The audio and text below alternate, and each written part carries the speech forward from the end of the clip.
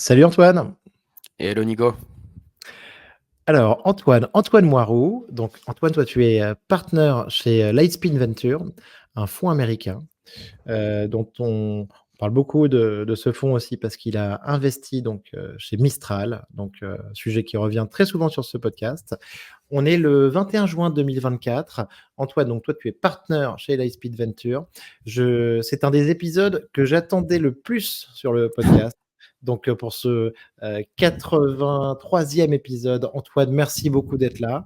Euh, c'est vraiment des épisodes les plus attendus. Euh, Après, qui est-ce qui nous restera? Peut-être Arthur Mensch, Yann Lequin. Donc, j'ai des discussions avec Meta pour qu'ils viennent pour le 100e épisode. Euh, Avoir aussi peut-être bientôt Romain Huet de OpenAI qui travaille sur les relations avec les développeurs. Enfin bon, pour l'instant, donc 83 épisodes avec des invités de marque. Mais là, c'est vraiment un énorme plaisir. Merci beaucoup, Antoine, d'être ici. Merci à toi pour l'invitation. Euh, alors Antoine, pour commencer, on va s'éclater. Donc tu as dû, de toute façon, toi, tu as été au cœur du réacteur là depuis 1 an et demi, ça c'est certain. Est-ce que tu peux me dire un petit peu ce qui s'est passé là dans l'IA générative pour toi depuis ChatGPT, grosso modo? Ouais. Écoute, il y a beaucoup de choses qui sont passées à différents niveaux. Je pense que ce qui s'est passé, enfin ce qu'on peut regarder si on regarde depuis le moment de ChatGPT, ce qui s'est accéléré, c'est à la fois une vélocité de recherche qui s'est décuplée, donc couplée avec des investissements assez pharaoniques à l'international. Le nombre de projets et de personnes compétentes qui ont commencé à travailler sur les sujets de large language models s'est accéléré. Entre-temps, les entreprises ont commencé à réfléchir à intégrer ces technologies dans leurs produits. Là, je pense que par rapport au moment ChatGPT, la plupart des entreprises ont fait leur état des lieux des use cases qu'ils pouvaient mettre en production. Et on est aujourd'hui à un stade où la plupart des entreprises, si elles n'envisagent pas d'intégrer des sujets d'IA, sont au moins en train de réfléchir aux dangers et aux opportunités que peuvent apporter les large language models, puisque quand on parle d'IA en ce moment, en tout cas de manière générale, ça a souvent trait au large language model, comme les Mistral et comme les OpenAI. Hmm. Oui, donc une révolution. Si tu me dis que ça n'a pas été la folie pour toi depuis 1 an et demi, je ne te croirais pas. Ou alors tu es vraiment Iceman dans Top Gun, tu as un sang-froid à toute épreuve. En tout cas, ça a dû être incroyable. Euh, Quel est l'outil d'IA que tu utilises le plus, toi, Antoine? Alors, est-ce que tu vas nous faire ta réponse évidente que j'attends? Et est-ce que tu as un usage secret ou hyper pratique à nous révéler? Alors, je vais t'en faire deux. Je vais faire celui que tu attends. Donc, bien évidemment, le chat de Mistral. Je suis un bon utilisateur. Bien vu, c'est ce que Euh, j'attendais. ouais, exactement. Non, en fait, il y en a deux que j'utilise pas mal en ce moment. Et d'ailleurs, c'est pas exactement le chat. Donc, il y a CodeStral qui est le modèle de code qui a été partagé par Mistral il n'y a pas si longtemps que ça, que j'utilise pour faire des petits scripts et des petites automatisations. Donc, je paire ça avec Google Colab pour faire des petits scripts et puis après avoir des petites applications que je puisse déployer.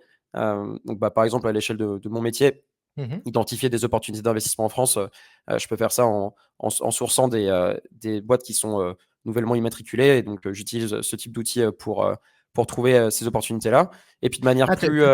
tu fais ça parce que au final, Ouais, les viciers en France, je discute avec pas mal d'entre eux, ils sont pas si nombreux que ça à avoir des petites automatisations comme ça sur ces ouais. sujets. C'est intéressant, Je, d'accord. je pense qu'en fait, c'est. Alors, je sais pas si. Je pense pas que ce soit le cas de la majorité des gens, mais moi, ce qui a été mon plus gros wow moment pour les sujets de LLM, c'était pas tant les modalités de texte, mais plus de code. Donc, Oui. il y a une plateforme qui s'appelle Cursor, qui est vraiment pas mal pour justement avoir un developer environment, donc un environnement pour développer du code qui est natif avec les sujets IA, donc qui te permet Hmm. d'avoir d'un côté ton environnement de code et puis après juste interagir rapidement en texte pour essayer de générer du code et surtout le débugger. Et pour des personnes qui ont des notions en code, comme moi personnellement avec Python, c'est assez facile d'utiliser ça pour décupler ta capacité à rapidement faire des automatisations. Euh, je pense que c'est un des usages aujourd'hui qui est les plus évidents pour gagner du temps. Bon, Hmm. après, il y a d'autres outils qui sont bien plus accessibles, entre guillemets, pour des personnes qui n'ont pas le temps ou qui n'ont pas les compétences pour débugger ça eux-mêmes aussi. Moi, le deuxième outil que j'allais te mentionner, c'est Perplexity. Ouais. Mais Perplexity, je l'utilise pas mal pour les sujets de recherche. D'accord. Et il y a un outil de Perplexity qui est, je pense, enfin, en tout cas, à chaque fois que j'en parle à des gens, ils ne le connaissent pas. Ah, Il y a un plugin Chrome Perplexity qui est utile en fait pour juste une fois que vous l'avez installé sur ouais. votre browser, vous retrouvez dans une situation où vous pouvez l'utiliser pour résumer n'importe quel contenu sur la page donnée, mais aussi, par exemple, potentiellement faire des recherches sur des sous-domaines. Donc, vous pouvez utiliser le LLM pour faire des recherches à travers tout Internet ou à travers une catégorie donnée. Donc, si, mettons, par exemple, tu veux chercher quelque chose strictement autour de Wikipédia ou quelque chose strictement sur Légifrance, tu es Ouais. capable de le gater et d'avoir un output du LLM qui est spécifiquement sur cet environnement-là.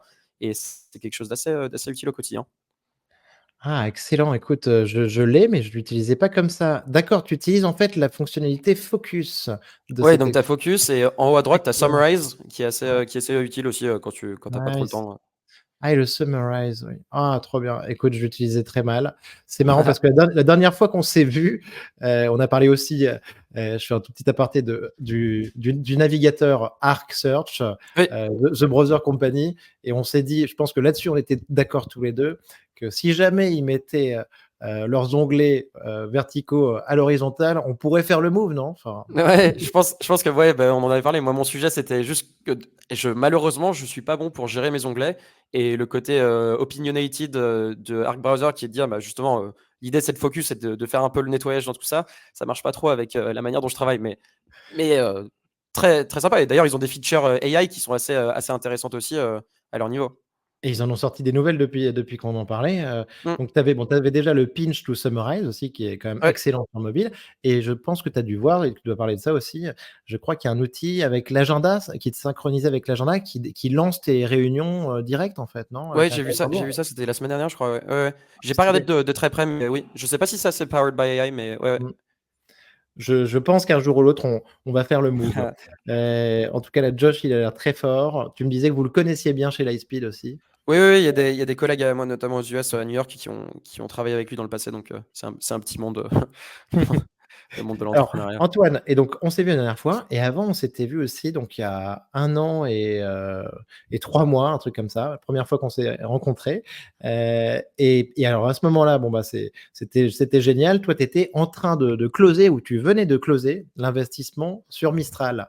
Hem Et donc quelle histoire! Est-ce que tu peux nous donner un tout petit peu les dessous de cet investissement? Sans trahir de secret évidemment, mais grosso modo, ce que je veux dire par là, c'est, comment ça s'est passé? Quel a été le premier contact que tu as eu avec eux à l'époque? Et comment est-ce que tu as su que c'était, l'équipe béton sur laquelle il fallait, investir? Alors, oui, donc c'est vrai que ça fait drôle d'ailleurs de se dire que ça n'est qu'1 an, qui s'est passé entre-temps. Hem, c'est à la fois très rapide et à la fois très long. Donc en fait, nous, la genèse de la relation avec l'équipe de Mistral, était un peu disparate, dans la mesure où j'ai dans un premier temps eu l'occasion de rencontrer Guillaume à une conférence, qui était la conférence Flyme, qui était une conférence sur, l'application de l'IA, dans les maths formelles, donc c'était un Mmh. sujet assez technique. Hem Je l'avais rencontré à cette occasion-là et il était encore très bien chez Meta, mais c'était ma première interaction avec Guillaume. OK, Hem, OK. et puis après, lorsqu'on a commencé à échanger un peu plus, on a été mis en contact par Stanislas Paulu, donc le fondateur de Dust, Bien sûr, que avec, j'ai reçu ici, tout à fait, avec, avec Arthur. Et là, on a connect the dots et on s'est rendu compte que du coup, Arthur était en train de se lancer avec Guillaume et Timothée. Et nous, à ce moment-là précis, ça faisait, je dirais, à peu près 6-7 mois qu'on travaillait sur les sujets de grands modèles de langage avec des modalités de texte mmh, spécifiquement. Donc, on avait été investisseur dans Stability précédemment, donc sur les sujets bien d'image. sûr. Mmh. Et lorsque j'avais rejoint Lightspeed, un des sujets qu'on avait poussé ensemble dans l'équipe Mmh. sur les sujets IA et data, c'était d'envisager justement un investissement sur des modèles de langage avec des modalités de texte. Et donc, on avait évalué les opportunités d'investissement en Inde, aux US et en Ouais, Europe. Et ouais. il y avait pas mal d'ingrédients qui se retrouvaient justement dans les conversations qu'on avait pu avoir avec l'équipe de Mistral. Je pense que nous, l'état des lieux qu'on faisait à l'époque était assez simple. le nombre de personnes disponibles qui ont eu l'occasion de travailler sur des grands modèles de langage, donc pas uniquement des sujets de NLP ou des sujets de modèles de langage, mais des sujets de grands modèles de langage, donc avoir accès à une infrastructure conséquente, était assez limité, au final Oui, restreint par les GAFAM ou des labos de recherche qui étaient assez bien capitalisés. Et, bien sûr. et donc, déjà, le nombre de personnes qui avaient ces compétences-là était assez restreint. Et puis, coupler ce groupe de personnes restreintes avec des personnes qui comprenaient l'impératif business et l'impératif, à tort ou à raison, géopolitique de ces sujets, donc les sujets de souveraineté, les sujets Ouais. les sujets de politique associés à ce sujet de l'IA, était assez rare. Et donc, Mm. lorsqu'on a eu ces premières conversations avec Mistral, on a directement senti que, enfin bon, déjà, leur pédigré parlait pour eux en termes de compétences techniques, mais que Ouais. leur appétence pour un parcours entrepreneurial et se lancer sur un projet très ambitieux tel qui est devenu Mistral était quelque chose d'assez clair. Là où d'autres entrepreneurs qui sont tout aussi compétents avaient peut-être moins une sensibilité commerciale sur ces sujets, en tout cas une compréhension moins fine des enjeux associés à la commercialisation de ce type de technologie. Mmh. Ah, écoute, génial, quelle belle histoire. Aujourd'hui, c'est aussi aujourd'hui, c'est un énorme enjeu quand même de les avoir en France aussi. Développement extraordinaire. Hem, donc et par rapport à Mistral, donc vous avez été lead sur le 1er tour? Oui, tout à fait. Donc, c'est nous qui avons leadé le premier tour. On a remis au pot en co-leadant le tour suivant et là, sur le dernier tour, on a également remis au pot. Donc, D'accord, donc vous avez investi dans tous les tours et là, mmh, on parle d'un dernier tour donc qui vient de se closer. Donc je voyais une nouvelle là sur le 12 juin, mais mmh. 600 millions d'euros, 645 millions de dollars sur une valo de 6 milliards de dollars. Donc tu me l'as déjà dit, humblement, ça reste de la paper money. Il faut que Mistral fasse ses preuves, mais c'est quand même une valorisation colossale. La question que j'ai envie de te poser, Antoine, là-dessus, c'est comment faire mieux, en fait, que ce tour de table que ce tour de table, hyper important que vous leadez et qui arrive à cette valorisation au bout d'un an, ça enfin, franchement, pour faire mieux, il va falloir s'accrocher là. Faut voir un maximum de dossiers et avoir le bon screening. Bah, écoute, si avec la casquette investisseur, c'est clair que la vélocité de croissance et l'intensité capitalistique d'un projet comme celui de Mistral, c'est pas le type de projet qu'on croise tous les premiers lundis du mois. Après, ce qui est important à garder en tête, donc les montants sont en effet conséquents et c'est que by design, l'entraînement des modèles est assez intense et donc requiert des capitaux significatifs. Et en ajoutant à cela aussi, du coup, mine de rien, les recrutements avec des personnes qui sont très techniques et qui sont en demande à l'échelle internationale. Donc, c'est Mmh. la manière dont je vois ces tours et vraiment, c'est pour catalyser leur succès futur, c'est leur donner les ingrédients pour pouvoir justement jouer à armes égales avec les plus grands acteurs internationaux et pouvoir récupérer des parts de marché tout en continuant à développer leur technologie comme ils ont réussi à le faire sur la dernière année. Ouais, non, non, mais c'est canon. On sent que de toute façon la boîte a pris son envol. Tu me disais déjà aussi que et je pense que c'est évident que Arthur, en tout cas dans ce rôle de CEO, a vraiment trouvé ses marques et même plus que ça, fait ses preuves. Mmh, Hem, je l'ai entendu donc aussi récemment sur une audition qu'il a fait au Sénat, qui ouais, était, au final assez intéressante parce mmh. que, assez large, qui parlait pas mal de sujets de société, d'impact. Hem j'ai trouvé excellent, dans cette approche, super rassurant aussi donc d'avoir cette entreprise, française et ce que j'ai trouvé aussi donc très intéressant dans ce qu'il disait, c'est que grosso modo, tous les enjeux, les obligations un petit peu, qui pesaient sur Mistral, notamment avec l'AI Act, Mmh. les qui pouvaient être un petit peu des questions compliquées pour, des petites startups ou une petite boîte, bah, qu'aujourd'hui, en fait, avec les montants levés, la taille que Mistral a atteint, entre guillemets, aujourd'hui, ben, ils ont tout à fait les moyens, en tout cas, de staffer l'équipe sur ces sujets-là et que ce sont plus des barrières régulatoires maintenant pour Mistral. Donc, je pense que la boîte est arrivée, en effet, à passer déjà plusieurs paliers pour faire partie des modèles fondationnels qui existent et qui vont continuer à se développer. Ouais.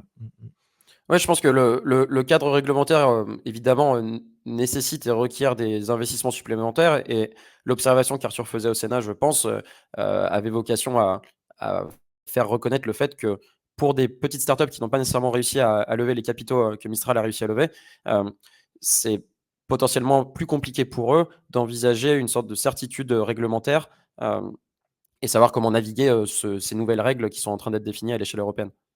Bien sûr. Ouais, ouais, donc en tout cas, bah, une boîte, qui se développe super bien, qui aujourd'hui donc ils ont l'accès aux GPU, qui sont quand même, un peu la matière première de ces modèles? Mmh. Oui, bah, alors naturellement, c'est et les levées contribuent à cet accès-là. Je pense que, malheureusement, enfin, c'est le jeu auquel on joue collectivement dans ce monde des grands modèles de langage, mais les levées de fonds contribuent significativement à l'accès à ce type de ressources. Mmh. En tout cas, des performances extraordinaires. Donc, vous avez eu le nez creux. Bravo pour avoir investi sur cette équipe, pour faire partie aussi de ce projet. Je voyais donc, moi, je suis assez fan de Aravin, de Perplexity. Ben, tu Mmh, mentionnais l'outil bah, sans nous Perplexity tout aussi, à ouais, l'heure. Je pense qu'il est très, très fort. Je pense qu'il a moi, je trouve qu'il a une vision incroyable de l'IA générative. c'est terre à terre, ouais. Je trouve qu'il est assez terre à terre, exactement.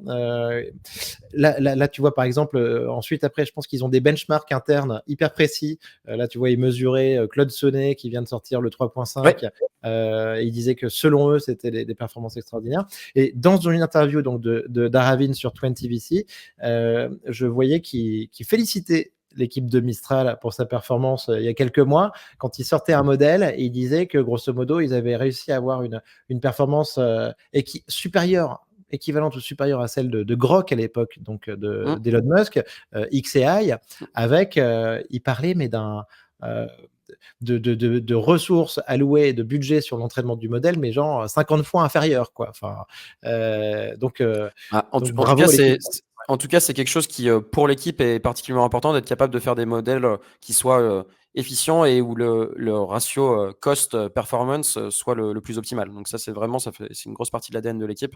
Enfin, c'est une validation supplémentaire de ces efforts-là.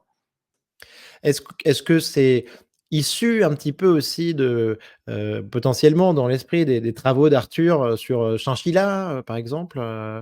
Heu, Oui, on bah, peut alors, imaginer qu'il a une bonne vision par rapport à ça, ouais. Mmh. j'imagine que ça a évidemment, ses intuitions et ses apprentissages qu'il a pu, tirer de ses expériences professionnelles précédentes, ont pu l'aider dans cette direction-là et puis bon maintenant, l'équipe de recherche de Mistral, ce n'est plus que, Timothée, Arthur et Guillaume donc il y a des personnes qui sont vraiment, géniales dans l'équipe et qui contribuent à cette recherche et ce travail-là aussi. OK, génial. Investissement extraordinaire. Franchement, ça va vous faire un très beau fond, sur Lightspeed. Donc bravo Antoine. On parlait ensemble un petit peu aussi de la suite. Ben, depuis au moment de cet investissement, et ensuite sur les mois qui ont suivi, on a été beaucoup sur, des entrepreneurs, qui étaient, bah, issus des labos de recherche, des PhD, des chercheurs, des scientifiques, heu et donc moi j'en ai rencontré plein, je me suis fait plein de copains. C'est une discipline de pointe. Au final, c'est quelques centaines de personnes dans le monde. Mmh. Mistral avait la chance d'en regrouper quelques-uns comme ça. Tu me disais que tu voyais peut-être, toi donc, Antoine, arriver une nouvelle génération d'entrepreneurs aussi, de l'IA, peut-être, avec des nouvelles compétences un peu plus, plus entrepreneurs, moins scientifiques. Et de l'autre côté, je pense que ce que tu me disais aussi, et je te laisse développer par rapport à ça, Ouais. c'est que, bah, tous ces scientifiques, ils se disaient un peu, «Ah, mes anciens collègues de DeepMind, ont levé, 50 millions d'euros sur leur tête. Moi, je faisais la même chose. Pourquoi je ne ferais pas ça? Donc, il y a une évolution du marché un petit peu là-dessus. Oui, je pense que c'est, nous, enfin, moi, par exemple, à titre personnel, je pense que je vois entre 1 000 et 1 200 entrepreneurs par an et donc du coup, ça aide quand même à se faire un peu l'œil sur, des soft signals dans des conversations avec des personnes et puis sur les sujets data ML, il s'avère qu'en effet, j'ai pu avoir beaucoup de conversations avec des chercheurs, de différents horizons et dans différentes structures donc j'avais publié un article à ce sujet-là parce que je trouvais que, il y avait pas mal de chercheurs qui étaient, un peu, à la fois, impressionnés par les levées, de certains de leurs anciens collègues, mais aussi, un peu, comment dire? Un peu hésitant à l'idée de lancer une boîte. Et donc, l'observation que je me suis faite, il y a maintenant quelques mois, c'était que, il y avait une sorte de dimension un peu similaire à la vague de 2020-2021 où beaucoup d'opérateurs de start-up, en série C, série D en France, de type Spendesk, Aircall, Uber, Back Market, Doctolib. avait commencé à réfléchir, à se dire, moi, je vais potentiellement lancer quelque chose. Et à ce moment-là, particulièrement, il y avait un déploiement de capital côté capital risque qui était quand même assez faramineux. Et donc, des personnes se sont lancées dans des sociétés, ont reçu du financement sur des initiatives de boîtes qui n'étaient pas nécessairement des initiatives de boîtes qui avaient été mûries pendant très longtemps, mais qui étaient le reflet d'une opportunité et de la capture de cette opportunité, couplée par le fait qu'en effet, ils aient pu voir quelques mois précédemment leurs collègues lever des capitaux avec des investisseurs de capital risque. Et donc, dans le contexte de la recherche, je pense qu'il y a quelques paramètres qui ont changé sur les dernières années. Dans un premier temps, et ça c'est une lame de fond plus structurelle, mais de plus en plus de chercheurs conduisent de la recherche dans des laboratoires privés ou dans des entreprises privées. Là où la recherche historiquement était assez publique. Et ne C'est quelque publie chose. plus. Ouais, tout à fait. Exactement. Et donc, il y a aussi donc, ce sujet de publication. Et donc, en fait, pour ceux qui sont moins au fait de ces sujets-là, pour les chercheurs, et évidemment, je généralise, mais la capacité à publier est un indicateur assez fort de succès, puisque c'est la capacité à publier leurs résultats à leurs peers, leurs pairs dans l'écosystème international. Et c'est ce type de publication qui contribue à leur renommée à l'international et à leur valeur sur le marché de travail, de manière très Je fondamentale. rajoute un truc, Antoine. Pour moi, mes copains chercheurs, Gauthier, Florian, tout ça, quand je déjeune avec eux, que je leur parle de quelqu'un que j'ai pu rencontrer, eux, leur Facebook ou leur C'est Google LinkedIn, on va Scholar. dire, c'est Google Scholar, quoi. Ouais. Ils me sortent le Google Scholar, et là-dessus, ils me disent, ah ouais, tac, tac, et en 2 minutes sur le téléphone, ils voient tout au niveau des publications. Ça, c'est assez Ouais. marrant. Ouais. Et le H-index, enfin, il y a différentes métriques qui sont là pour essayer justement d'aider à évaluer l'impact que les publications peuvent avoir, parce que c'est pas juste un jeu de se dire je vais publier des milliers de papers et ça va contribuer à ma renommée, mais c'est l'impact aussi que ces papers eux-mêmes ont dans leur écosystème respectif. Et donc, sur la base de ces différentes observations, j'ai pu échanger avec différents chercheurs et certains ont commencé justement à réfléchir, tiens, est-ce que moi aussi, je ne devrais pas réfléchir à potentiellement productiser dans une société privée une partie de la recherche que j'ai pu conduire à certains endroits. Et il y a en effet de la recherche superbe qui est française, qui a été faite, par exemple, Scikit-learn sur les sujets de ML Bien est sûr. fascinante. L'équipe de Probable fait un travail super à ce Il y niveau-là. a Yann Lechel, en effet, mon premier invité. Le numéro 1, voilà, moi je suis le numéro 83, le numéro 1. Voilà.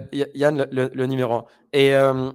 Ou par exemple, sur les sujets je sais que tu passes aussi du temps sur des sujets d'image, les sujets de Gaussian splatting, l'équipe de l'INRIA a fait du très beau travail derrière. Et donc, sur la base de ces différents papiers de recherche, certains chercheurs ont réfléchi à potentiellement se lancer dans des parcours entrepreneuriaux. Et l'observation que je me suis faite, c'est que oui, en effet, donc, on observe aujourd'hui un changement d'ADN au niveau des chercheurs. De manière générale, je pense qu'il y a une appétence plus forte pour l'entrepreneuriat. Pour autant, et ça, c'est une observation qui ne s'applique pas qu'aux chercheurs, mais qui aujourd'hui est d'actualité sur les sujets IA, beaucoup de chercheurs ne savent pas nécessairement par quel sens prendre ce parcours entrepreneurial. Et ce que je veux dire par là, c'est que certains aimeraient bien s'entourer de profils plus techniques, plus business, des profils plus de software engineering plutôt que de recherche. Et cette construction, ce maillage de profils n'est pas forcément évidente pour des chercheurs, parce que certains chercheurs n'ont pas du tout d'appétence pour couvrir les sujets plus larges que couvre le monde entrepreneurial, à savoir productiser un élément de recherche, distribuer cet élément de recherche, le commercialiser, recruter des équipes qui ne sont pas des équipes de recherche. Enfin, c'est tout un pan, c'est un métier différent. Et donc, du coup, pas mal de chercheurs, je pense, aujourd'hui réfléchissent à ça dans un monde justement où, comme tu le disais, la capacité à lever des fonds lorsqu'on a un pédigré ou travailler sur ces sujets qui sont en tout cas aujourd'hui très pertinents est, je ne vais pas dire facile, mais est plus facile que dans d'autres secteurs. Oui, évidemment, évidemment. Il y a une époque, moi, il y a quelqu'un qui m'a sorti de manière très cash, mais ça résonnait, hein, tu vois, il y a 1 an. C'était voilà, le top 50 des chercheurs en IA et en ML, en machine learning dans le monde. C'était un peu le mercato, quoi, tu vois, comme un joueur de foot. Le top Clairement. 50, un chercheur valait 10 millions de dollars, tu vois, sur la levée. Et si tu en avais 3 dans l'équipe, voilà comment on pouvait procéder, quoi. Donc, En tout cas, en partie parce que c'était aussi la capacité à ramener d'autres chercheurs dans les équipes. Parce que l'enjeu est évidemment on va dire le jus de cerveau d'un individu ou d'une personne qui a réussi à faire de la recherche très impressionnante. Mais c'est aussi la capacité à faire en sorte que des nouveaux PhD se projettent et se disent wow, je vais avoir l'occasion de travailler avec cette personne-là. et ça va être un catalyseur de talents qui vont rejoindre l'entreprise à leur tour. Alors là, je te rejoins complètement et c'est ce qu'a dit encore notre ami Aravind de Perplexity que je trouve remarquable. Donc tu vois, on lui demande: «Est-ce que les modèles vont se commoditiser?» quoi, tu vois, grosso modo et il dit: «Ben Mmh. non, parce qu'en fait, tu vois, c'est pas la valeur n'est pas que dans le modèle. La valeur est aussi dans l'équipe de recherche qui fait ce modèle et qui fait les versions suivantes de ces modèles et aussi cette équipe, pourquoi elle fonctionne en fait? Parce que c'est justement des talents qui sont capables d'attirer à eux les meilleurs talents qui veulent venir travailler avec eux et qui veulent pas aller forcément travailler dans des GAFAM ou dans des structures qui sont pas intéressantes. Et en fait, les meilleures équipes en soi ont une valeur incroyable parce qu'elles attirent à eux les meilleurs profils pour créer ensuite des nouveaux produits et de la recherche hyper intéressante. Mmh. Tout à fait. Génial. OK. Antoine, tu me disais aussi, alors j'ai oublié de préciser, mais toi, donc avant, tu travaillais chez Dataiku, Mmh mh. donc une très belle success story. D'ailleurs, j'ai parlé un petit peu avec Florian, il faudrait que j'arrive à l'avoir ici. Mmh. Florian, donc fondateur, CEO de Dataiku. Et toi, donc tu as eu une expérience hyper intéressante là-bas. Mais pourquoi je dis ça, Antoine? C'est parce que tu me disais aussi que selon toi, ben, en fait, sur les LLM aujourd'hui, peut-être qu'on est aussi au-delà, donc on passe donc dans l'investissement, bah, des scientifiques à maintenant des entrepreneurs aussi, et que ben, sur les boîtes de LLM, on est aussi sur des problématiques un peu classiques que Dataiku a dû très bien connaître, qui vont Mmh. être aussi un peu celles du déploiement de software dans les entreprises. Oui, tout à fait. Alors, je pense que ça rejoint notamment, la trend qui s'écoule depuis, les 6 mois de cette année-là. C'est le fait que, à partir du moment où on a réussi à appréhender, la brique technologique, comment est-ce qu'on déploie cette brique technologique? Et je pense que, en effet, comme tu le dis, l'observation que font la plupart des entreprises aujourd'hui, c'est: oui, donc on a une technologie, comment est-ce qu'on va réussir à la déployer de manière compliant, secure, qui est capable de gérer les risques qui sont associés au déploiement d'une nouvelle technologie, indépendamment de ce que représente cette technologie. Donc, il s'avère que sur les sujets IA et les grands modèles de langage actuels, il y a donc beaucoup d'intérêt de la part des boards des entreprises, qui fait que ça catalyse vraiment justement cet effort de déploiement. Et aujourd'hui, au-delà de la recherche, et ça rejoint un peu du coup ce qu'on se disait sur la genèse de Mistral, il faut aussi comprendre comment déployer ce type de technologie. Donc, c'est très bien d'être capable de faire de la recherche qui soit identifiée comme state of the art, mais il faut après être capable de la déployer et faire en sorte que, au-delà de la création de valeur, et ça, c'est pour ça aussi que je travaille dans un fonds d'investissement, j'imagine, il y a aussi de la capture de valeur. Et aujourd'hui, je pense que le gros sujet dans l'écosystème, c'est de se dire, ben voilà, dans un monde dans lequel on est capable de déployer des modèles on-premise, on est capable d'avoir des différents modèles de monétisation avec tous les hyperscalers, les différents modèles de revenue sharing, comment est-ce que ces acteurs sont capables de monétiser leur technologie? Et puis après, côté entreprise, comment est-ce que les entreprises se retrouvent à rentrer, on va dire, dans les clous vis-à-vis de leurs investissements? Parce que ce qui est important à comprendre aussi, c'est que oui, c'est très bien qu'on parle d'IA, mais à quel effet et pour quel usage? Aujourd'hui, et on pourra en parler un peu plus si tu veux, mais aujourd'hui, je pense que de manière générale, l'application de l'IA dans les entreprises, c'est essentiellement pour, d'un côté, je dirais, faire plus avec autant, ou faire moins avec, enfin, moins d'argent et faire autant. Donc c'est Ouais. vraiment, ce sujet-là de déploiement qui est important et qui s'articule à travers, le muscle de software engineering plus traditionnel. Donc, bah, justement, comment est-ce que des commerciaux plus techniques sont capables d'accompagner les entreprises dans cette transformation-là? Et je pense que c'est là que Dataiku, par exemple, a réussi à faire des choses Mmh. phénoménales, Ouais. d'utiliser un outil d'analyse de données et de data science pour aider à interfacer entre les profils techniques et non techniques, pour les accompagner dans leur transformation digitale de groupe. Et c'est ça qui fait, enfin, moi, je pense humblement, et à demander à Florian le jour où il viendra sur le podcast, mais je pense que c'est euh, le fait qu'ils aient réussi à positionner la société comme cet acteur du changement au niveau de l'ensemble de la société, enfin du groupe, Ouais. c'est quelque chose qui a permis à Dataiku d'émerger comme un gros acteur sur les sujets de data science. Ah ouais, ouais, bien sûr. Ouais, ouais, donc ça va être très intéressant. Bah, c'est sûr qu'on sait bien que alors Copilot, personnellement, plus je travaille avec Microsoft régulièrement, j'interviens avec eux avec beaucoup de plaisir dans différents programmes. Hem, mais Copilot, moi, je suis pas convaincu, tu vois? Enfin, dans l'utilisation que j'en fais aujourd'hui, OK. à chaque fois que je fais des formations, je trouve que ça bug beaucoup. Il y a des fonctionnalités limitées, en tout cas sur les interfaces, que j'utilise. Hem, Mais attention, je fais tout à fait confiance à Microsoft pour régler ça dans les années qui viennent, hein. Mais par contre, c'est sûr que Microsoft, au niveau de leur réseau commercial, de leur déploiement, c'est une machine de Un guerre muscle inégalé, ouais. bien huilée, quoi. Ouais, Mmh, tout à fait. tout à fait. Et donc Je pense ça que va c'est être d'ailleurs un c'est aussi pour ça que la plupart des acteurs, donc des Microsoft, des Google, des AWS ont tous leur librairie de modèles, leur model gardens, pour déployer ces IA et je pense que c'est pas désintéressé de leur part. Dans un premier temps, pour les distributeurs de modèles et les éditeurs de modèles, ça leur donne accès aux clients de ces différentes plateformes. Et pour ces acteurs, ils ont des accords de compute qui ont été établis mmh, il y a plusieurs années avec la bascule dans le cloud et qui aujourd'hui, cette consommation est encore plus accélérée avec toutes les experiments et on va dire les PEC qui sont en train d'être mis en bien place sûr. dans les entreprises. Bien sûr, je pense aussi à un point parce que j'évangélise un petit peu dans les formations, toutes les semaines là-dessus, en entreprise. C'est ce que tu dis sur le cloud, c'est hyper important. C'est aussi qu'on a eu auprès de tous les DSI des entreprises, des peurs, énormes, hein, sur, la fuite des données, sur le fait qu'elles soient réutilisées pour l'entraînement des versions suivantes des modèles, qu'elles partent aux États-Unis.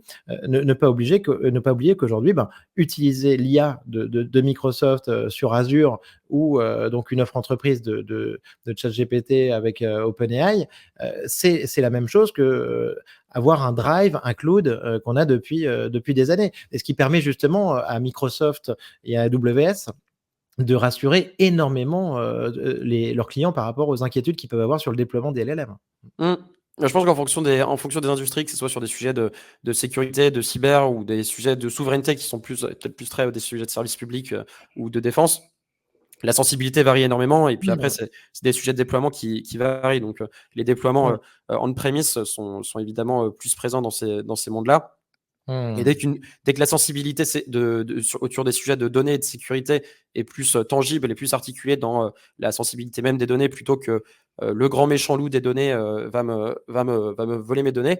Une fois qu'il y a cette discussion-là, en effet, oui, il y a des technologies qui permettent de mettre des garde-fous et euh, de limiter les accès, que ce soit pour les mmh, modèles de langage ou n'importe quel autre logiciel. bien sûr. Antoine, maintenant, je voudrais parler d'un sujet qui me passionne et que tu connais bien, qui intéresse aussi beaucoup de monde. C'est le sujet des agents.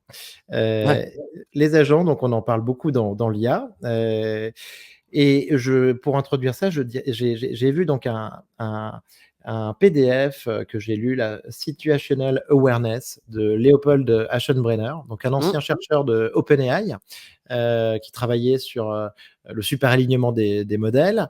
Léopold, donc qui est vraiment un petit génie. Je recommande à tout le monde de lire son petit PDF là, Je crois que c'est Situational. 148 pages, hein, donc c'est pas un si C'est petit je PDF l'ai que lu le ça. week-end dernier. Faut s'accrocher, mais franchement, c'est passionnant. Et en tout cas, sur les agents, il y a un truc qui m'a intéressé, c'est il dit de manière très, très claire, selon lui, après avoir passé là 2 ans, les 2 dernières années chez OpenAI, qu'en tout cas, l'IA de 2026, de 2027 ne ressemblera à rien, en tout cas à l'IA d'aujourd'hui, au niveau de l'ergonomie, de la user experience qu'on peut faire. On serait plus sur, à ce moment-là, on ne sera plus sur du chatbot. Pour lui, c'est clair et net. On sera sur des agents potentiellement. Et en gros, ce qu'il nous dit, c'est que avant 2022, on était sur des modèles de base, comme ils les appellent, hein. Donc on accédait au LLM, donc au modèle. Ensuite, 2023, 2024, ChatGPT, l'accès via le chat. Et après, on s'oriente un petit peu vers les agents dans les années qui viennent. Récemment, il y a eu une méga levée de fonds qui a fait beaucoup parler. H Holistic, anciennement, donc avec une équipe de chercheurs, des anciens de chez DeepMind, voilà. Et Charles Cantor aussi, ils ont levé, je crois, 200 millions d'euros, Antoine, hein, à peu près, ou Ouais, 200 de cet millions de ordre-là, ouais. dollars, Ouais, ouais. de cet ordre-là. Donc, une méga levée aussi pour travailler beaucoup sur les agents. Heu, Qu'est-ce que tu penses de ce sujet agent? Donc, donner aussi au modèle peut-être un petit peu le dernier kilomètre, une capacité d'action, là où avant il s'arrêtait un petit peu sur une génération de texte, Antoine? Ouais, écoute, dans un premier temps, ce que j'aime bien faire quand on parle d'agent, c'est un peu juste définir, ce qu'on souhaite dire par le sujet d'agent. Parce que dans le monde Merci. de dans le monde de la donnée, on va dire tous les 3 ans, il y a un petit exercice de rebranding. Et je pense qu'il y a certaines sociétés et certains entrepreneurs qui profitent de cet engouement autour des sujets d'IA pour essayer on va dire de repousser encore plus cet enthousiasme. Et ce que je veux dire par là, c'est que moi, à titre personnel, quand je parle du sujet d'agent, ce que j'estime être la définition d'un agent, c'est la capacité à prendre un workflow, donc juste une tâche qui est complexe, la décomposer en petites tâches, en sous-tâches, et être capable d'exécuter ces tâches avec un taux d'échec qui est très, très, très, très restreint. Donc ça, c'est la première vision. Et donc, du coup, dans ce contexte-là, aujourd'hui, technologiquement, comme tu le disais sur la fin de ta question, si tu prends l'output d'un LLM, aujourd'hui, tu auras une réponse à une question qui est posée. Il y a c'est quoi maintenant? Il y a peut-être déjà 2 ans, on a commencé à réfléchir et se dire, bah, tiens, est-ce que ça serait pas possible de faire ce qui s'appelle chain of thought, donc COT, de se dire, est-ce que si on est capable de prendre l'output d'un LLM et de le remettre dans un prompt pour enchaîner et faire des sortes d'éléments de logique, on serait capable de reconstruire des réponses qui soient des réponses à des questions plus complexes. Thomas Yalom, que tu as eu, je crois, 2 fois sur le podcast, avait fait un papier que j'avais trouvé super intéressant et que peu de personnes ont commenté parce que c'était pas vraiment le sujet du moment, qui s'appelle Toolformer. Toolformer, à l'époque, le paper, c'était bon, il va peut-être pas être content de la manière dont je l'explique, mais c'était un exercice de pensée sur comment bourriner une API et essayer de faire en sorte qu'un LLM puisse interagir avec une API. Donc ça, pour moi, j'avais trouvé ça pertinent parce que c'était les prémices de se dire, bah, on a un LLM et on est capable d'interagir avec des outils extérieurs.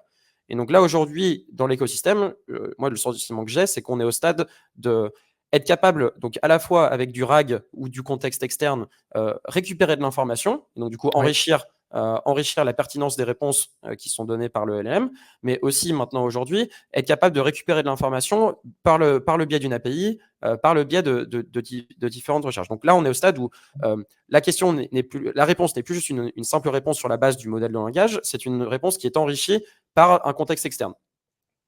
Aujourd'hui, il y a certaines personnes qui commencent justement à travailler sur ce sujet d'agent, de se dire, bah, voilà, à partir de ces différentes interactions, on est capable de se dire que si je pose une question et que je cherche à décomposer, par exemple, un workflow de prospection de sales, donc de se dire, voilà, je vais remplacer le rôle d'un sales development representative, donc une sorte de commercial junior, je vais devoir faire quoi? Je vais devoir faire du list building, donc identifier des noms qui sont pertinents, des personas qui sont pertinents pour mon entreprise, être capable de trouver leurs contacts, être capable de les contacter, d'échanger avec eux de manière quasi autonome et de faire du scheduling, donc au final réussir à avoir des meetings dans le calendrier pour les passer au commercial qui va reprendre après derrière ça.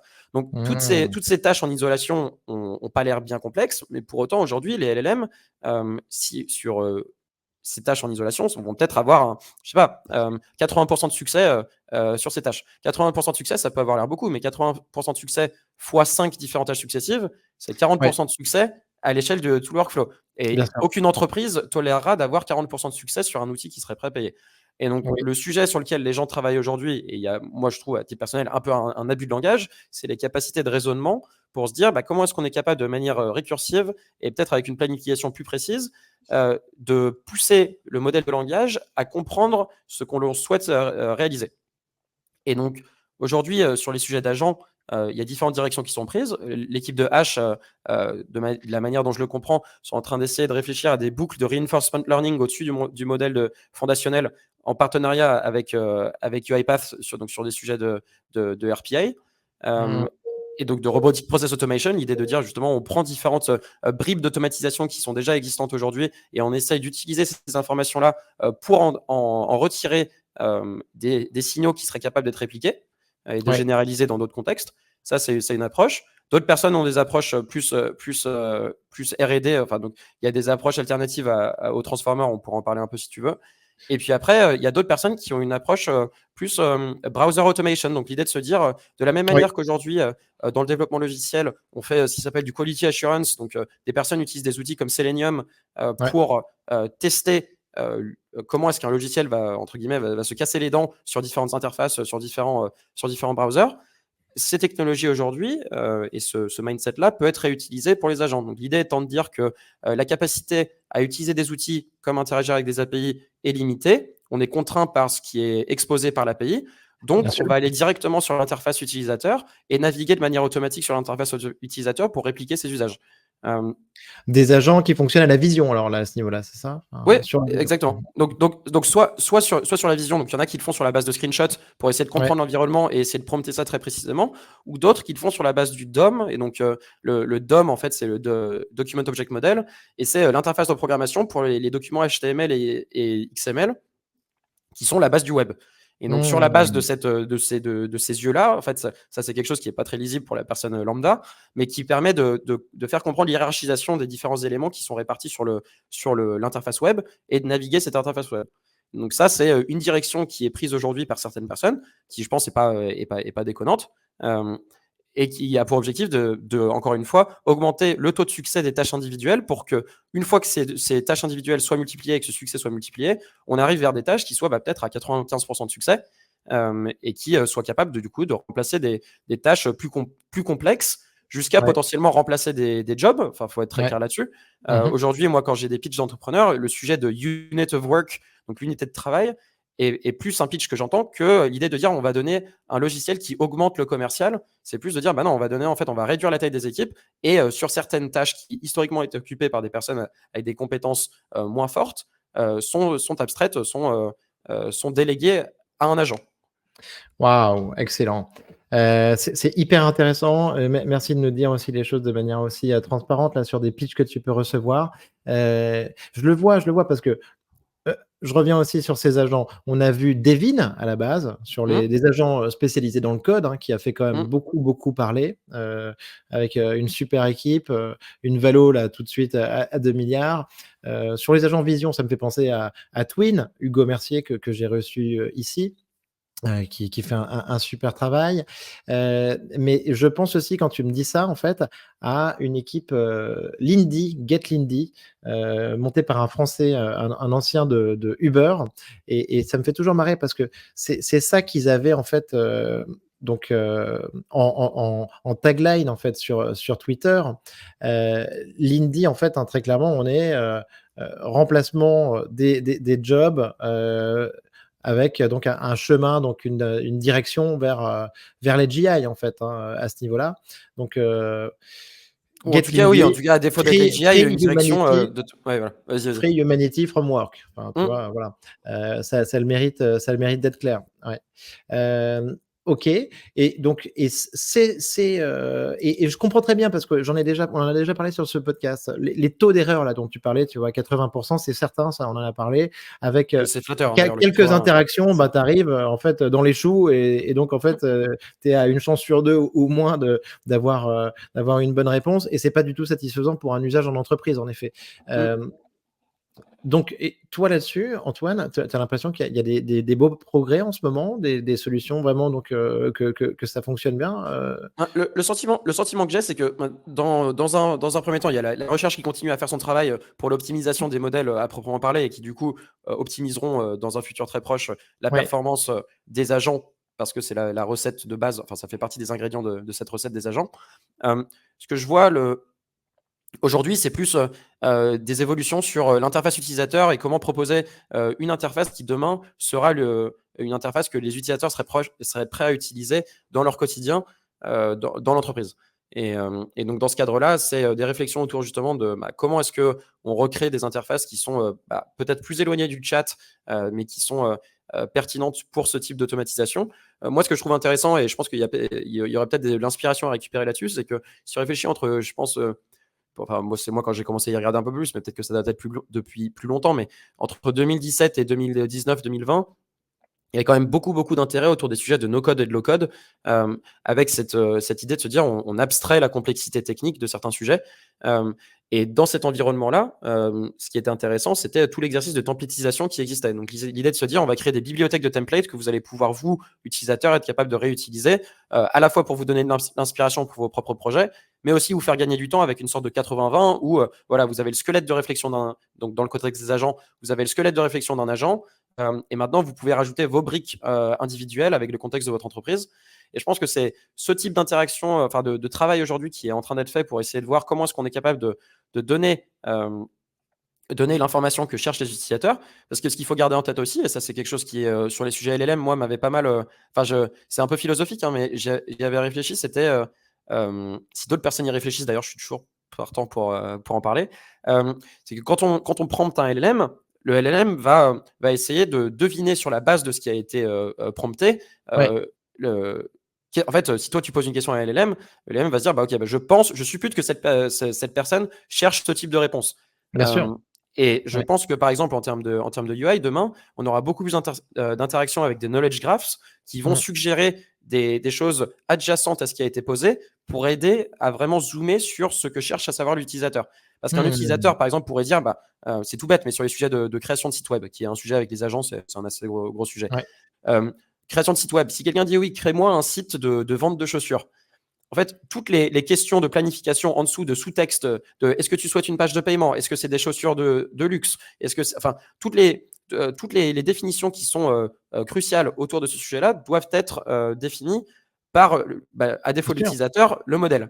Et donc, du Ouais. coup, c'est des assumptions qui sont prises. Et je pense que demain, il y aura plus de justement de. Enfin, le sujet de human in the loop est pas mal usé et abusé. Mais l'idée de dire, voilà, bah, par exemple, le modèle n'est pas certain. Bah, on va reprendre l'exemple de Perplexity.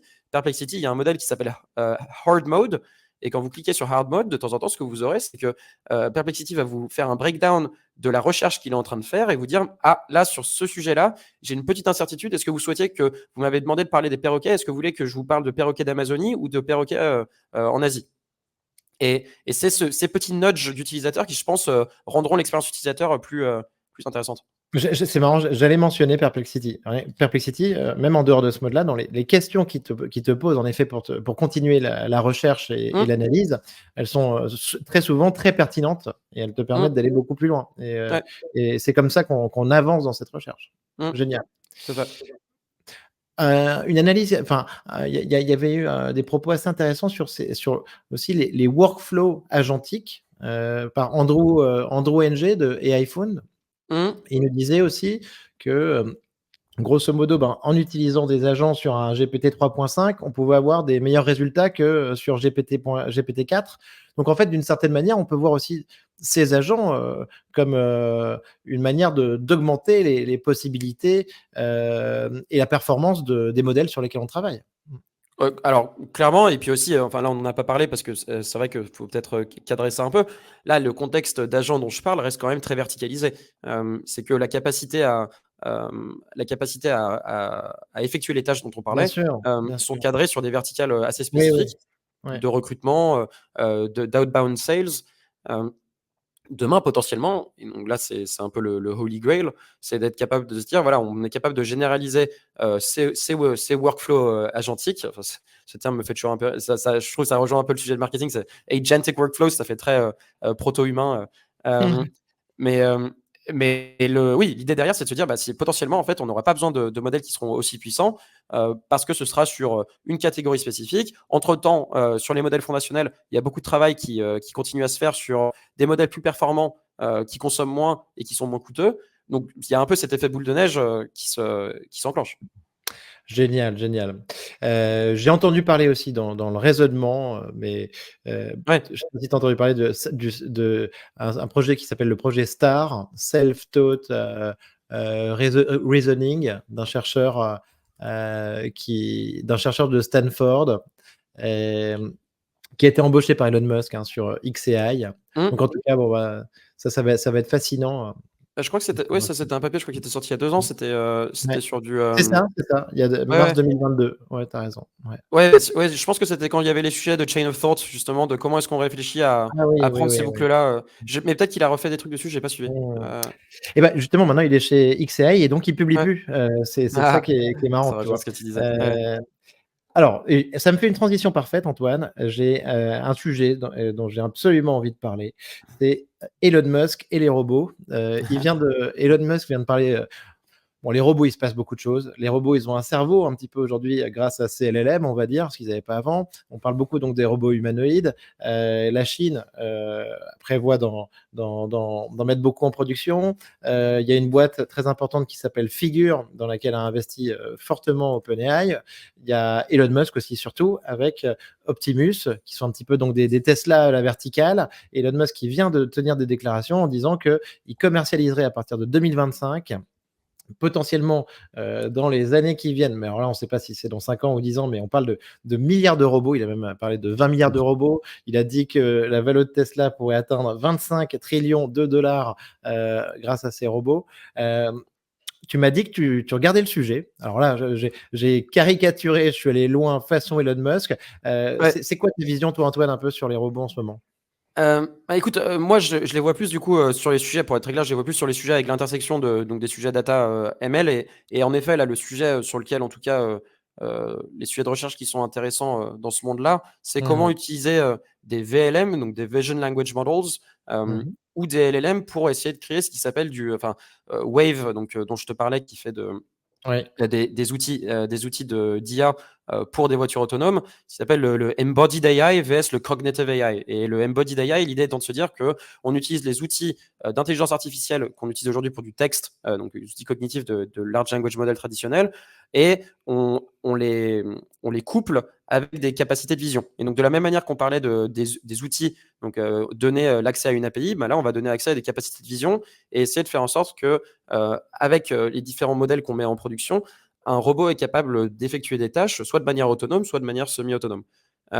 Donc nous, sur cette intersection-là, il y a quand même des choses intéressantes qui se font. Il y a des anciens chercheurs de Carnegie Mellon qui ont lancé une boîte qui s'appelle Skilled AI, qui fait du travail assez intéressant. Wave, juste là, on est vendredi. Là, du coup, je crois que c'est il y a 2 jours. Ils ont lancé Prism AI, donc PRISM AI, qui cherche à rapprocher en fait le monde de la simulation et du réel. Ce qu'il faut comprendre, c'est qu'aujourd'hui, pour que les robots humanoïdes dont tu parlais, les Figures et Tutti Quanti, soient capables d'évoluer dans un monde, le monde réel, il y a des contraintes qui sont très dures à simuler. Et donc, en fait, le coût de la simulation pour l'entraînement des modèles, en fait, au lieu d'avoir un robot humanoïde qui va passer des milliards d'heures à naviguer dans la rue, on essaye d'accélérer cet entraînement-là en le faisant dans des mondes de simulation. Et bon, déjà, c'est très intense. En capital, c'est très, très gourmand parce que le coût énergétique est très fort. Mais après aussi, derrière, il y a un enjeu qui est important, c'est de se dire, une fois qu'on a fait l'entraînement qui est très coûteux dans ces simulations pour, par exemple, aider un robot humanoïde à savoir marcher, à savoir monter des marches, à savoir éviter des obstacles, demain, si par exemple il y a un robot qui est dans un entrepôt et qui est en train de travailler et qui se prend une boîte sur la tête, comment est-ce que le robot doit réagir pour savoir se remettre debout, et tous ces scénarios qui sont très difficiles à généraliser parce que dans un contexte de simulation est contraint par l'environnement de simulation dans lequel il est. Et donc cet espace de recherche est assez intéressant. Il y a quand même des difficultés qui résident là-dedans pour être capable de généraliser en fait son apprentissage à de nouvelles scènes qu'il n'a jamais vues. Et donc après, tu vois, quand tu disais que tu parlais d'Elon Musk qui souhaite déployer ses robots par milliers, je pense que, d'ailleurs, je crois que c'est pas plus tard qu'hier, Brett Hadcock, le fondateur de Figures, il parlait du fait qu'ils étaient en train de déployer chez un de leurs premiers clients. Je pense que dans un premier temps, ça sera dans des environnements contrôlés, faire des sujets de palettisation, des sujets de chargement, peut-être des sujets un peu plus logistiques ou sur des chaînes de production. Et puis demain, pourquoi pas avoir justement des robots humanoïdes qui aident sur des sujets de home appliances, de santé. Mais on n'y est pas encore. On y travaille, mais c'est... Home appliances, santé, faire la vaisselle, nous faire couler Ouais, t'as dû un voir les démos café, un café de sur une bras. machine Nespresso et ranger les jouets des enfants. Et voilà. Ouais, et donc ça, c'est un sujet que tu regardes, que vous regardez en tout cas aussi Oui, avec nous, on a fait un quelques sujet du investissements. moment, on peut dire aussi quand même. On a fait quelques investissements là-dedans et en OK. fait, c'est que moi, à titre personnel, la raison pour laquelle je pense que c'est pertinent, on investit dans une boîte en Allemagne qui s'appelle Robco, OK. ROBCO, qui eux, en fait, déploient des robots dans des PME. Et pourquoi est-ce que les sujets d'IA, donc aujourd'hui, Robco n'a pas nécessairement une très forte composante IA. Ils ont évidemment des chercheurs qui bossent là-dessus, mais ce qu'il y a d'intéressant avec ce sujet, c'est qu'aujourd'hui, la plus grosse difficulté pour déployer de l'automatisation dans des PME, c'est en partie le coût associé à ça. Et le coût réside dans quoi? C'est que les acteurs comme ABB et KUKA coûtent une fortune à déployer parce que leurs robots sont un peu overkill. En fait, ils ont des capacités qui sont très fortes, mais pas pour la majorité des usages en PME. Le coût d'installation est pharaonique parce qu'ils passent par des system integrators et des consultants qui, pour justifier leur marge, doivent facturer des montants assez élevés que des PME ne peuvent pas se permettre. Et donc, il y a tout un pan de l'économie qui aujourd'hui n'a pas accès à ces gains de productivité grâce à l'automatisation, ou une PME dans le Poitou qui a des sujets, je sais pas, d'imprimerie, des sujets ils produisent des écrous pour Airbus. Sont pas capables de faire tourner en 3/8 leur entreprise parce qu'ils n'arrivent pas à recruter ou parce qu'il y a des personnes qui partent à la retraite. Et tous ces sujets d'automatisation aujourd'hui sont en partie bloqués par le coût de ces robots et l'installation. Et aujourd'hui, si tu réfléchis au sujet IA, en tout cas sur le sujet d'installation et sur le sujet d'entraînement, il y a un monde dans lequel potentiellement, et je pense que c'est un monde qui n'est pas si distant que ça, sur des environnements contraints, donc par exemple un bras robotique qui récupère de l'information, demain je pense qu'on est dans un horizon pas très distant où grâce à l'IA, on serait capable, donc des Vision Language Model et de l'IA dont on parle actuellement, on serait capable, une personne lambda qui n'a pas de compétences techniques serait capable de montrer à un robot les gestes à faire et à effectuer, et le robot serait capable de les répliquer, et donc sur une base d'entraînement quasi nulle. Et ça, c'est quelque chose qui, demain, en tout cas, en termes de productivité et en termes d'automatisation, ouvrirait quand même pas mal les portes à une robotisation plus accrue et qui pourrait, dans la vision d'Elon Musk, peut-être encore plus démocratiser l'accès à la robotique. Excellent, c'est passionnant. Je l'ai déjà dit ici, mais j'avais un des cofondateurs d'Apple, comment il s'appelle, Steve Wozniak. Il nous dit que selon lui, l'AGI, donc c'est le jour où un robot arrive à rentrer chez toi par la porte principale et aller dans ta cuisine et se faire un café sur ta machine Nespresso tout seul. Je te dis ça pour faire un peu donc la transition vers le sujet qu'on veut aborder aussi sur l'AGI. Antoine, donc double question, hein, c'est un petit peu donc les possibilités, les découvertes à venir pour toi avec l'IA et une timeline si tu en as une un petit peu donc sur l'AGI, et tu peux me donner aussi si tu l'as un peu ta définition de l'AGI comme celle que tu m'as faite sur les agents, elle était super. Alors, on va dire que l'avantage sur les agents, c'est que je passe beaucoup de temps à y penser au présent. Les sujets d'AGI, j'y passe un peu moins. Et puis en plus, vu le fourre-tout idéologique que c'est et de la définition de ce qu'est l'AGI, je vais pas me risquer à faire une définition.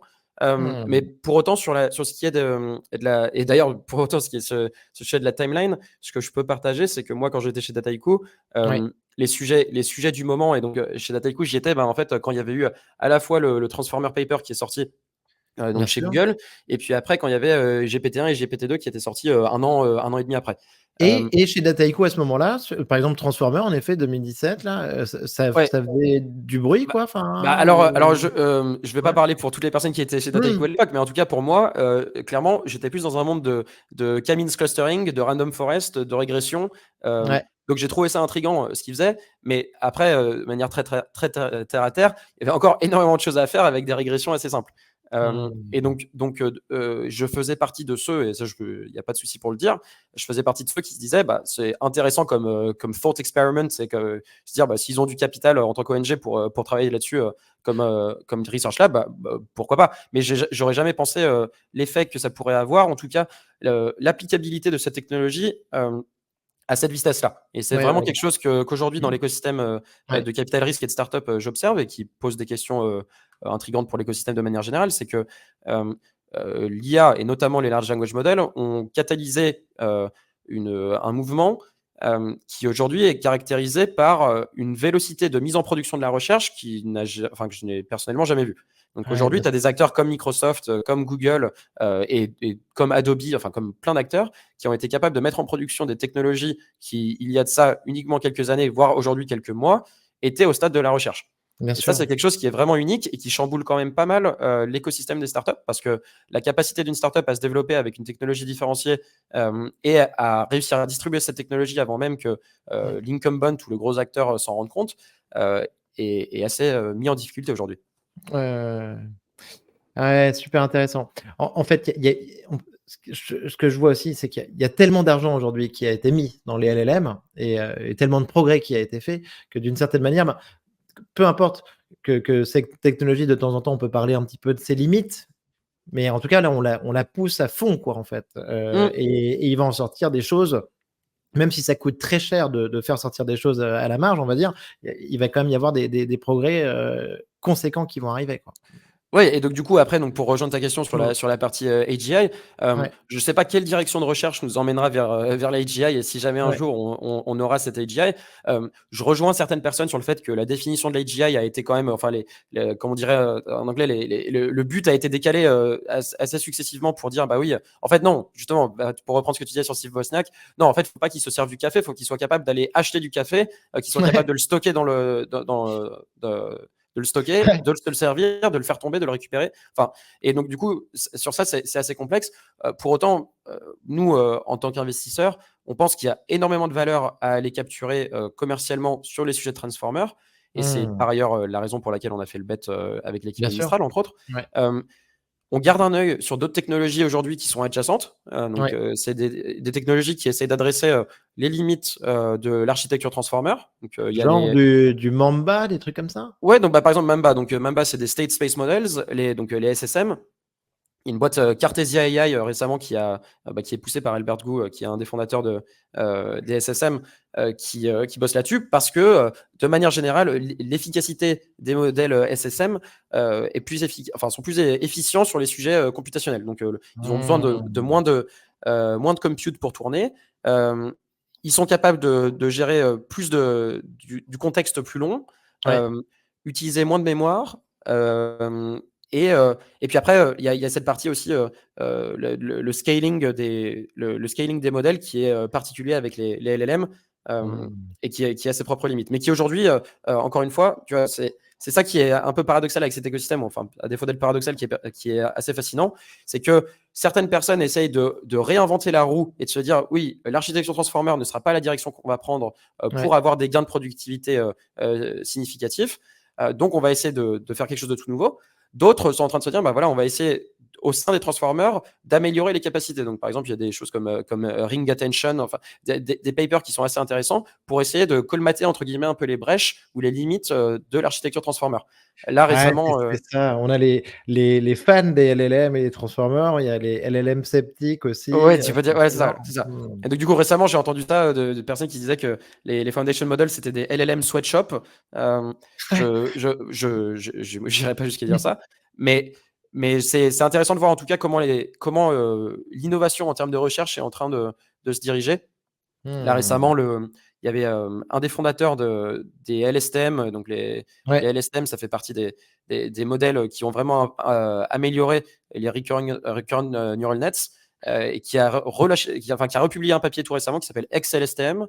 Et XLSTM, sur le papier, encore une fois, il faut voir le code et il faut que ce soit répliqué, Mmh. a des capacités qui ont l'air assez intéressantes pour à la fois prendre les avantages de la transformer architecture et les avantages des SSM. Donc, on verra ce que ça donne, Mmh.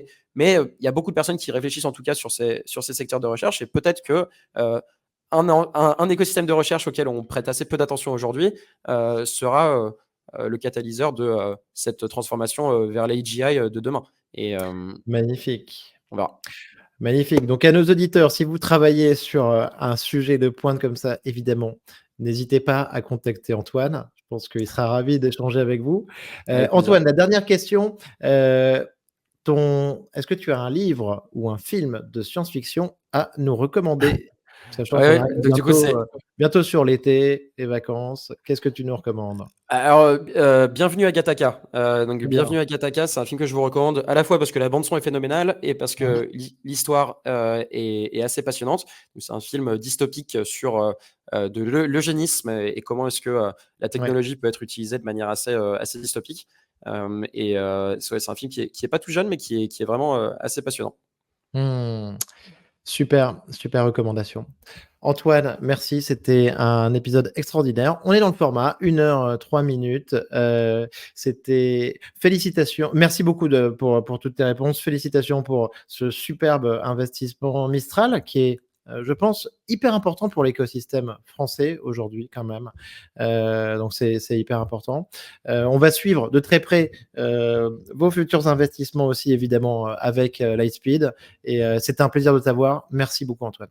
Merci beaucoup, Nico. Félicitations à toi aussi. Merci, à bientôt. Ciao.